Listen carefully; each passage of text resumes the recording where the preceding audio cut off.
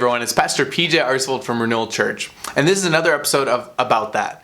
Now this week at Renewal, we were talking about Paul's urging of Christians not to place obstacles in the way of other people coming to faith.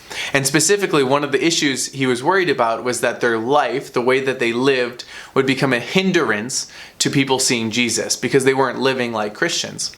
And one of the points that I made towards the end that we didn't have a chance to dive into is the fact that as Christians, when we think about, in a certain sense, improving, right, living rightly, cleansing ourselves from impurity, our motivation and our thought process is always built around love for God and love for neighbor, and not ourselves.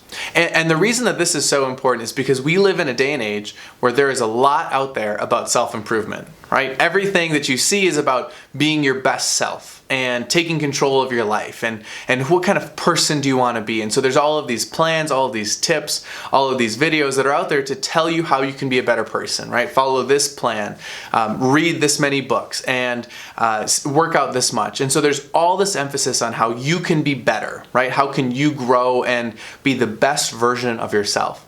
And there's some merit and value to this, so I'm not here to say that all of that is wrong, but one of the issues that often plagues this kind of movement, this thought process, is that it's all focused on me, right? What kind of person do I want to be? How do I want people to think about me? My dream life, what would that look like? What kind of person would I be? And while there's some merit to this, there's also some kind of big issues. Because more often than not, the topic of self-improvement, the topic of becoming better is focused on, you guessed it, the self, right? What kind of person do I want to be? And so typically we ask ourselves questions like, man, what kind of skills do I want to have? What areas do I want to grow in? And there's value to these, but it becomes an issue when our only concern is on ourselves, on what kind of person we want to be.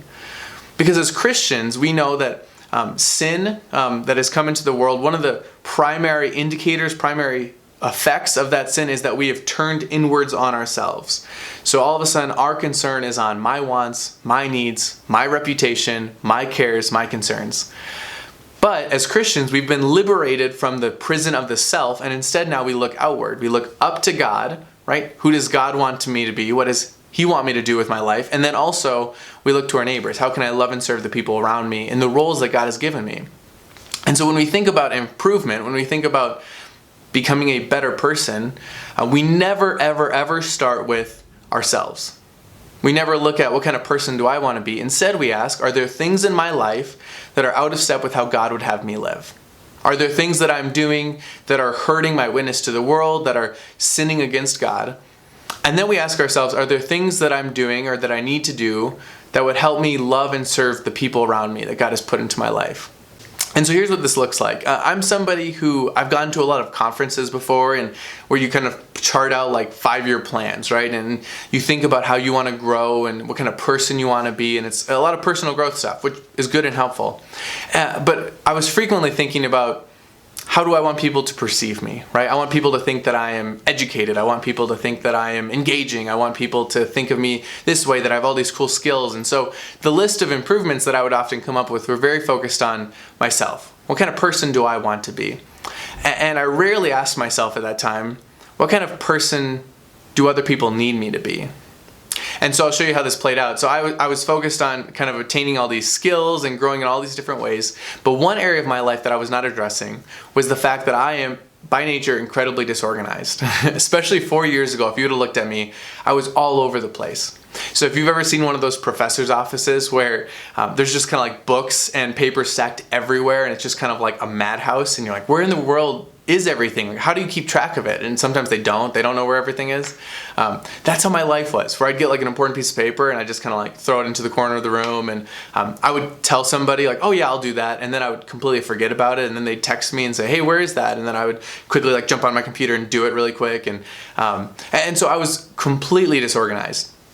And this became a huge stressor for the people around me, and especially my wife. I'm the one who primarily pays most of our bills. They come to me and I take care of those. But 4 years ago, I was really disorganized. So a bill would come our way and I would kind of, oh yeah, I got to pay that. And then I would forget about it. And so all of a sudden I'd get the email or the notice in the mail that would say, hey, you didn't pay your bill on time, so now you have a late fee. And this was a huge stressor to my wife because she was saying, hey, I trusted you to do this. and you're not doing it. And now we're paying more money because you didn't do the thing you said you were going to do. And so my disorganization was becoming a hindrance to my responsibility as a husband, as a father, as a neighbor to the people around me. So then I asked God to bless me and to help me grow in my organization. I spent time reading and creating a plan and doing whatever I could to grow in that area. And I'm very thankful that I am way, way, way more organized than I was 4 years ago. But that was not something that was motivated by a desire to be thought of as organized. It wasn't motivated or intended to be something that like, oh, I want to be better. It was, hey, this is affecting the way that I love my neighbor.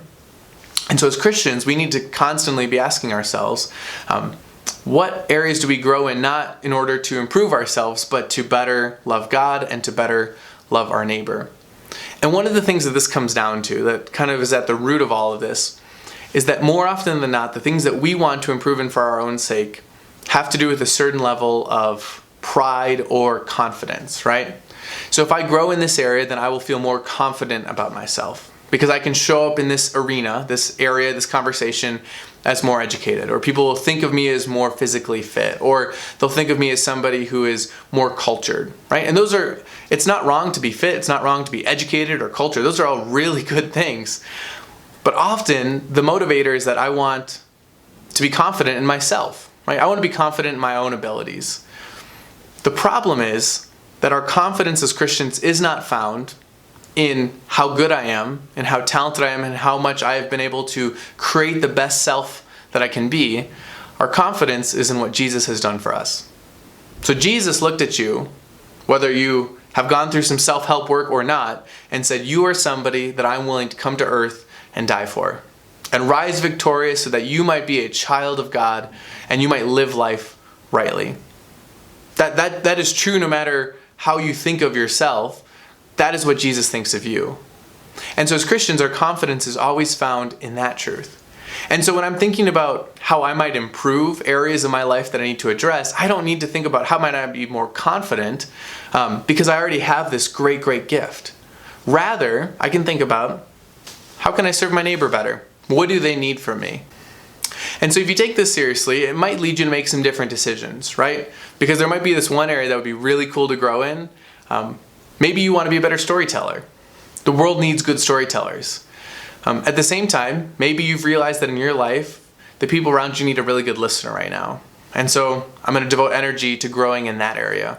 And so this does not mean that there's no room for personal enjoyment, personal hobbies, right? Maybe you love reading about World War II, right? That gives you energy. That's something you're excited about. Maybe you love playing the harmonica, or you want to learn, right? That's a cool skill. And so it's not to say that you can't do things that you enjoy, that you want to do. It just puts them in the right place. First and foremost, how am I loving God and loving my neighbor? And then with the time left over and with my availability, then yeah, there's room for personal activities, things that you love to do, and it looks different for all of us. But my hope with this video is not to tell you, don't do anything you like.